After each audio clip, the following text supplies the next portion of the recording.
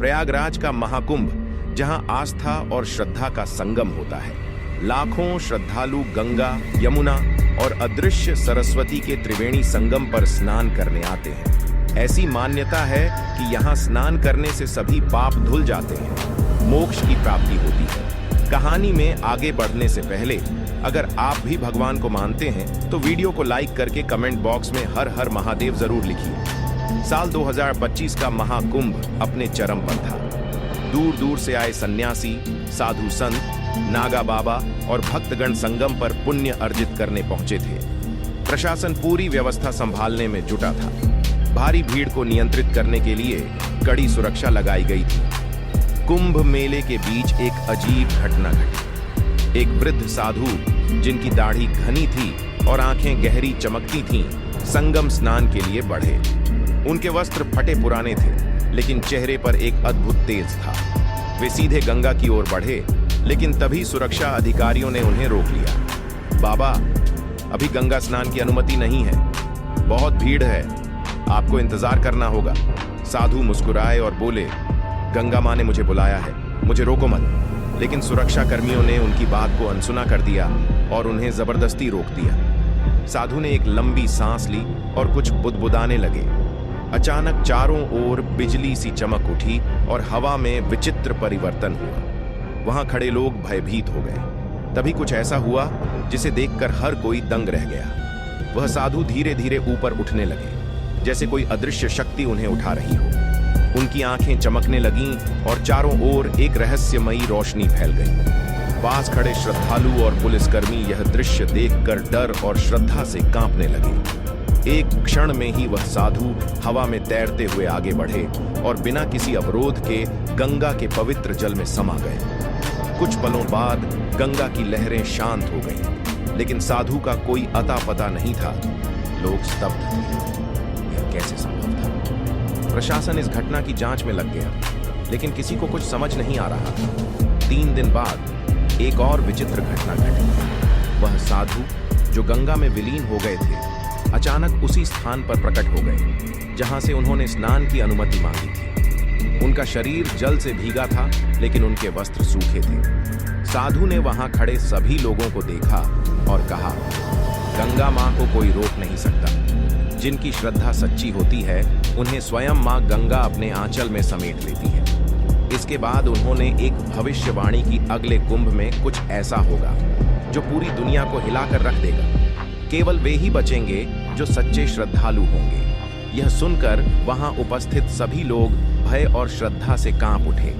प्रशासन के लोग भी उनके सामने नतमस्तक हो गए। साधु धीरे धीरे आगे बढ़े और भीड़ में कहीं विलीन हो गए। लोग उन्हें ढूंढते रहे, लेकिन वह दोबारा कभी नहीं दिखे। इस घटना को लेकर कई चर्चाएं हुई। कुछ ने कहा कि वह स्वयं कोई सिद्ध योगी थे, कुछ ने कहा कि वह गंगा मां के दिव्य रूप थे। लेकिन एक बात स्पष्ट थी, प्रयागराज के महाकुंभ में ऐसा चमत्कार हुआ था जिसे विज्ञान भी समझ नहीं सका। आज भी जब महाकुंभ लगता है तो श्रद्धालु इस कहानी को याद करते हैं और कहते हैं, गंगा मां की महिमा अपरंपार है। किसी को रोकने की हिम्मत मत करना, क्योंकि मां गंगा स्वयं अपने भक्तों को स्वीकार करती है। साधु के अदृश्य होने के बाद प्रशासन और स्थानीय साधु संतों के बीच इस घटना को लेकर चर्चा तेज हो गई। कुंभ में आने वाले श्रद्धालु भी इस चमत्कारी घटना के बारे में जानकर आश्चर्यचकित थे। पुलिस ने संगम तट और आसपास के क्षेत्रों में साधु की खोज की, लेकिन वह कहीं नहीं मिले। इसी दौरान प्रयागराज के एक प्रसिद्ध संत स्वामी अघोरेश्वर नाथ जी, जो वर्षों से संगम तट पर तपस्या कर रहे थे, बोले, वह कोई साधारण साधु नहीं थे, वह सिद्ध पुरुष थे। जिन्होंने उन्हें रोका, उन्होंने गंगा मां की इच्छा के विरुद्ध कार्य किया। यह चेतावनी थी कि ईश्वर की लीला को कोई नहीं रोक सकता। इसी बीच एक और चौंकाने वाली घटना घटी। प्रयागराज के एक पुराने मंदिर में एक रहस्यमयी ग्रंथ मिला। यह मंदिर संगम से कुछ ही दूरी पर स्थित था और प्राचीन समय से कई संतों की तपोस्थली माना जाता था। ग्रंथ पर लिखा था, महाकुंभ का रहस्य और भविष्य की भविष्यवाणी। जब विद्वानों और पुरातत्व विभाग ने इस ग्रंथ को पढ़ा तो उसमें कुछ चौंकाने वाली बातें लिखी थी। हर 144 वर्षों में एक सिद्ध पुरुष कुंभ मेले में आते हैं। वे आम साधु नहीं होते बल्कि दिव्य लोक से आते हैं। जब उनके मार्ग में बाधा आती है तो ब्रह्मांड स्वयं प्रतिक्रिया देता है। वे जो भविष्यवाणी करते हैं वह सत्य होती है। यह सुनकर लोग सन्न रह गए। क्या यह वही साधु थे जिनका उल्लेख ग्रंथ में था? इस घटना के बाद कुंभ मेले में अजीब घटनाएं होने लगी। गंगा का जल अचानक बढ़ने लगा। कुछ श्रद्धालुओं ने बताया कि संगम पर जल स्तर बिना किसी प्राकृतिक कारण के बढ़ने लगा था, जैसे गंगा मां स्वयं कुछ संकेत दे रही हो। अजीबोगरीब रोशनी रात के समय कुछ संतों और श्रद्धालुओं ने संगम के ऊपर एक दिव्य रोशनी देखी, जो कुछ ही क्षणों के लिए प्रकट हुई और फिर गायब हो गई। रहस्यमयी मंत्रों की गूंज, कई लोगों ने दावा किया कि आधी रात को किसी अदृश्य शक्ति द्वारा संस्कृत में गूंजते हुए मंत्रों को सुना गया। प्रशासन भी अब सतर्क हो गया था। कुंभ समाप्त होने ही वाला था कि अंतिम दिन फिर से वही साधु प्रकट हुए, लेकिन इस बार उनकी उपस्थिति और भी रहस्यमयी थी। वे संगम के तट पर खड़े होकर धीरे धीरे बोले, यह कुंभ केवल शुरुआत थी।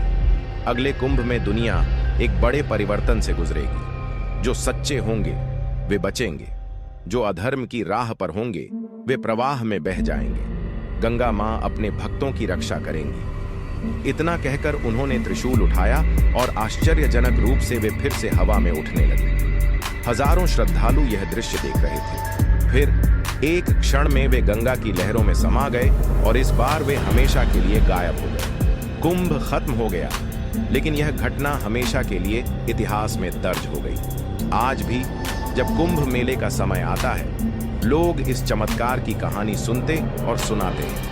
कई संतों का मानना है कि वह सिद्ध पुरुष पुनः आएंगे जब संसार एक बड़े परिवर्तन के द्वार से गुजरेगा। गंगा अब भी प्रवाहित है और उसकी लहरें मानो इस रहस्य को अपने भीतर समेटे हुए हैं। जो भी संगम में स्नान करता है उसे इस दिव्य कहानी की झलक मिलती है। लेकिन सवाल अब भी बना हुआ है, क्या साधु कोई सिद्ध महायोगी थे या स्वयं कोई दिव्य शक्ति?